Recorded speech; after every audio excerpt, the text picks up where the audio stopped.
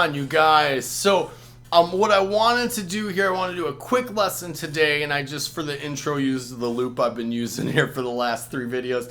So we're going to do this in D minor, but I want to take your trusty minor pentatonic scale,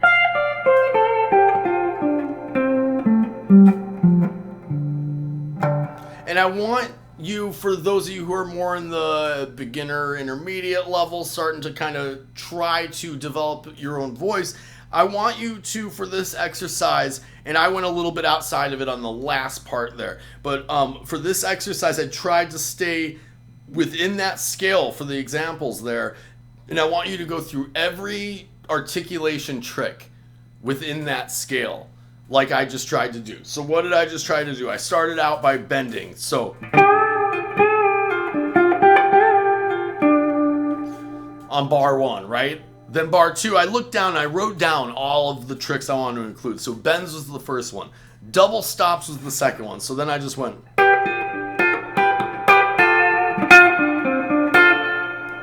Just did that on the next bar. Then the next one I had written down was hammer-ons and pull-offs. I think I might have skipped that on the intro, but I that would have been the next one.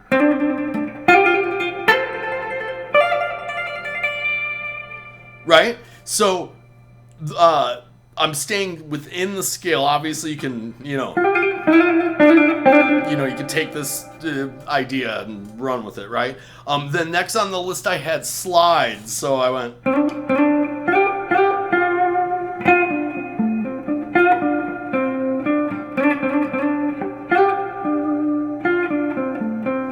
Just throwing some slides in, right? Then I had vibrato in there, so then next thing I did was go.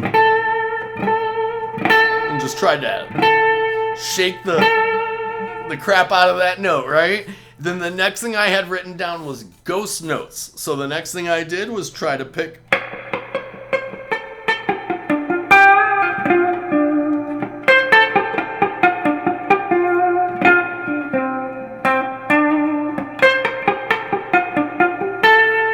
Right? So you're just kind of, and there I'm just randomly taking notes and palm muting them to get ghost notes out of them, and then choosing which notes I want to articulate, and you can get as creative as you'd like with that. Then I parlayed that palm muting idea into more of just and not a ghost note where you can't hear the note, but palm muting it. I went down the scale. Here's where I finally did go out of that position, right? But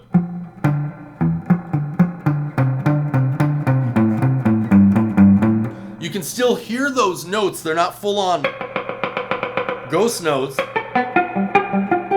right? You can hear them, but they're muted.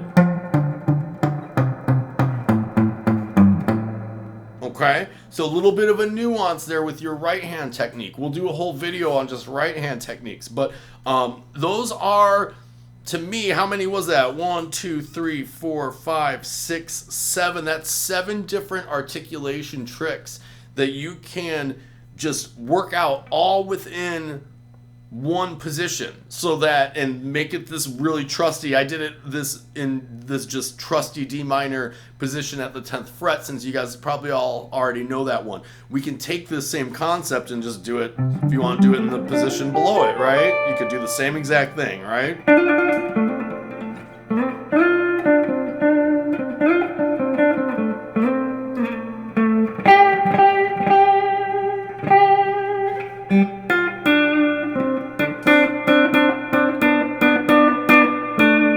Right, I'm doing all these same tricks now, just in the next position down. So I'm just doing it in this position to show you guys, kind of as an exercise. I think using the part of the fretboard you're most comfortable in at first, just to get real comfortable with these techniques. And then once you have these techniques down, you'll find yourself throwing them then in pretty much everywhere.